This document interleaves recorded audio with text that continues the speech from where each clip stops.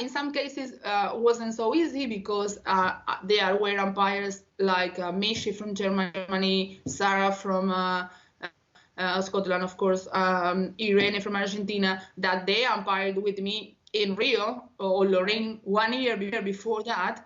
And a year time, you know, like I was, okay, the umpires manager, it was a strange feeling. Was like, how I'm going to tell her that she's doing this wrong when I was on the field with her a year ago. So that part of the process wasn't so easy.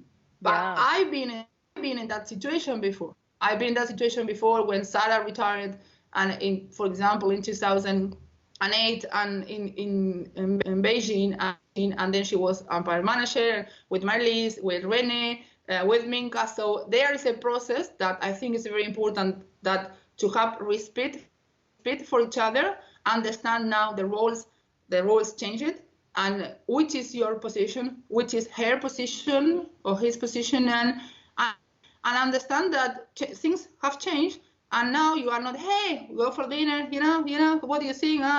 This, I don't like the appointment, so just comments that umpires used to do, and you know that. So it's absolutely different, and there is, I think, a time for, I would say, 2-3 years. I don't know. I don't think it's in any manual or any book where you can find the solution to see this and fix this. It's part of the life and process where everybody has to adapt yourself to the new role. And maybe someone who used to share the room. For example, in Toronto, I went to the World Cup in 2014. I shared the room with Wendy Stewart from Canada, and in 2014. I went to Toronto in 2015, and she was a UN, and less than 1 year. So it's like, okay, you know.